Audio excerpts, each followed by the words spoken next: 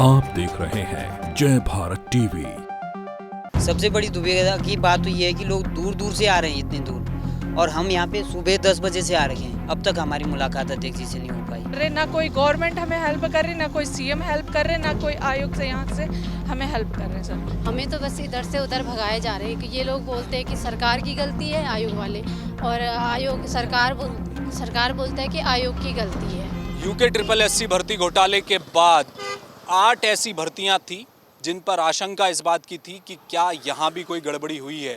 उसको लेकर एक जांच समिति सरकार आयोग ने बनाई। उसकी जांच लगभग अब पूरी हो चुकी है। फैसला अब आयोग को करना है कि उन भर्तियों का होगा क्या। उसमें एलटी शिक्षक भर्ती के जो अभ्यर्थी हैं क्वालिफाइड, वो इस समय इंतज़ार कर रहे हैं। रैंकर्स के हैं, कनिष्ठ सहायक हैं, स्टेनो हैं, तमाम 8 तरह की भर्तियाँ हैं। लेकिन एक दर्द और है। उत्तराखंड में 200 पद ऐसे थे एलटी शिक्षक भर्ती परीक्षा का जब परिणाम आया, जिसमें कि ड्राइंग एक सब्जेक्ट था, उसकी अभी तक उसका रिजल्ट भी बाहर नहीं आया है। ये एक सबसे बड़ी समस्या है। एक और हज़ारों युवा जो क्वालिफाइड हो चुके हैं वो अपनी नियुक्ति का इंतज़ार कर रहे हैं। दूसरी ओर ये वो लोग हैं जिनका विषय था ड्राइंग, और एलटी की परीक्षा के साथ इन्होंने अपना एग्ज़ाम दिया था और इनका रिजल्ट भी अभी तक नहीं आया। तो इनकी लड़ाई अभी और बहुत लंबी जानी है। कहाँ मामला अटका हुआ है, हाई कोर्ट में भी इस समय मामला चल रहा है। आयोग कहाँ तक इस मामले को परस्यू कर रहा है और कितने सकारात्मक तरीके से वो इन बच्चों के साथ है, युवाओं के साथ है, हम बात करेंगे। आपका क्या नाम है? सर मेरा नाम दीपेंद्र शाह है। दीपेन, ये बताइए कि रिजल्ट आपका कब से नहीं आया है, कितना टाइम हो गया और अभी लड़ाई कहाँ पहुँची है आपकी? लगभग 2 वर्ष से अधिक का समय हो चुका है सर, और हमारा केस अभी माननीय न्यायालय की डबल बेंच में चल रहा है, जिसमें सरकार और आयोग की कमज़ोर पैरवी के कारण हमारा रिजल्ट अभी तक जारी नहीं हो पा रहा है। मैं सरकार और आयोग से यही निवेदन करूंगा कि जो हम लोग हताहत हो रहे हैं उसमें हमारा सहयोग करें और जल्द से जल्द हमारा रिजल्ट जारी करें। बिल्कुल। आपका क्या नाम है? मेरा नाम गुरुदेव राणा है सर। गुरुदेव, बताइए कि हाईकोर्ट में पार्टी, आयोग और सरकार को बनाया गया है, तो रिजल्ट क्यों नहीं आउट हुआ आपका, उसका क्या कारण था? सर उसमें सबसे बड़ा कारण तो ये था कि बड़ी मुश्किल से 4 महीने बाद की डेट लगी थी, अभी 13 की थी दिसंबर की। तो उसमें डबल बेंच में हमारा केस चल रहा है सर। तो उसमें जो विपक्ष वाले हैं वो लोग भी केस पे केस दायर करे जा रहे हैं। तो कहीं ना कहीं सरकार और आयोग के वकीलों की कमियों के कारण ही ये डेट हमें आगे अगले जनवरी 12 को मिली है, जिसमें कि पैरवी न होने के कारण हमारी डेट पे डेट लगी जा रही है डबल बेंच में। और यदि हमारी सरकार और आयोग से यही निवेदन कर सकते हैं कि यदि ये एमरजेंसी डाल के इस डेट को आगे किया जा सकता है, अन्यथा फिर शीतकालीन सत्र के बाद फिर से 3 महीने और इंतज़ार करना पड़ेगा, जिससे कि सभी लोग मानसिक भी और शारीरिक रूप से बहुत परेशान हो चुके हैं सर। हम दर दर भटक रहे हैं, आयोग के चक्कर काट रहे हैं, मंत्रियों के दरबार में जा रहे हैं, जगह जगह मिलने जा रहे हैं, शिक्षा सचिव से मिले हैं और आयोग के सचिव से मिल चुके हैं, सचिवालय जाते हैं, पर कहीं से भी हमें सकारात्मक सहयोग नहीं मिल पा रहा है।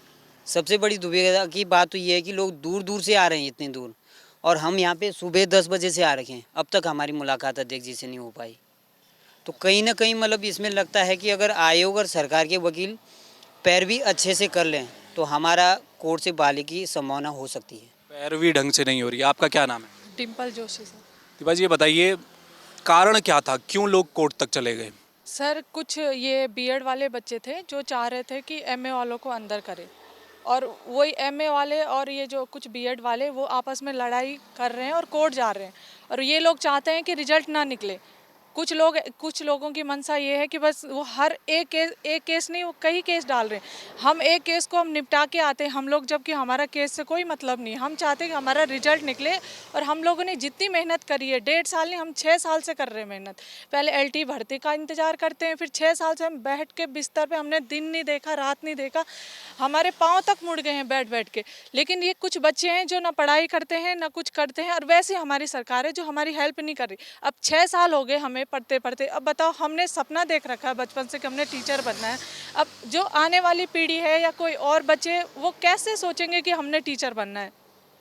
कोर्ट में है, कोर्ट के 3-3 महीने की डेट लगती है, 15 दिन 10 दिन नहीं, और 3-3 महीने की कोर्ट लगा वो डेट देते हैं। यहाँ से आयोग वाले कभी 3 महीने मांग देते हैं, कभी बच्चे, ये अदर बच्चे हैं वो वो केस पे केस डाल रहे हैं सर, और हमें परेशान कर रहे हैं। ना कोई गवर्नमेंट हमें हेल्प कर रही, ना कोई सीएम हेल्प कर रहे, ना कोई आयोग से यहाँ से हमें हेल्प कर रहे हैं सर। बिल्कुल, कानूनी पचड़े में पूरा मामला फंस गया। आपका क्या नाम है?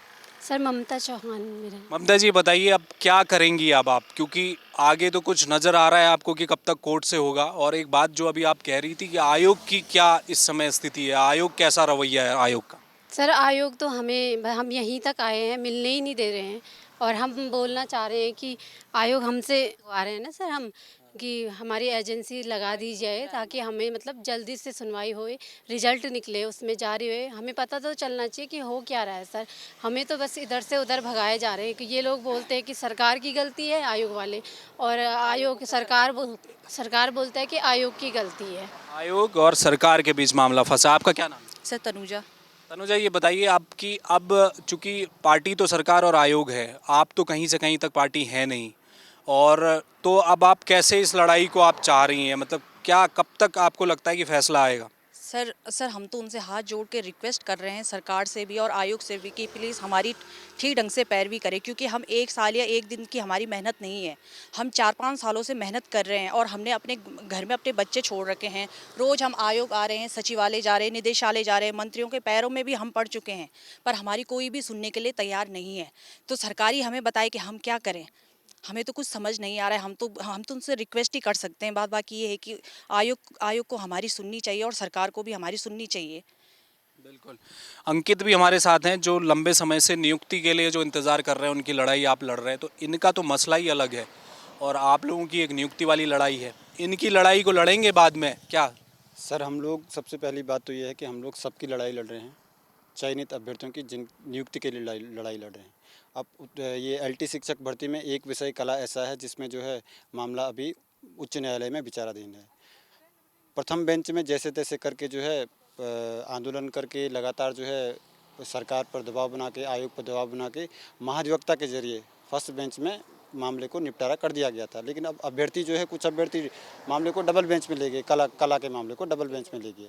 और वो ऐसे अभ्यर्थी हैं जिनका जो है परीक्षा में चयन होना बिल्कुल ना के बराबर है। ऐसे अभ्यर्थी मामले को जो है हाई कोर्ट में ले जाते हैं, उसके बाद भर्तियां जो है लंबे समय तक फंसती आ रही है। उत्तराखंड का एक तरीके एक सामान्य वो भी है, एक परिपाटी भी बन गई है कि लोग जो है भर्तियों को बिना कोर्ट के जो है कोई भर्ती निकलती नहीं है। अब इस विषय पर जो है आयोग को सोचना चाहिए, सरकार को सोचना चाहिए कि अभ्यर्थियों का इससे नुकसान होता है, अभ्यर्थियों का बहुत बड़ा जो है लॉस होता है। लंबे समय तक परीक्षाएं जो है उसमें लटकी रहती हैं कोर्ट में।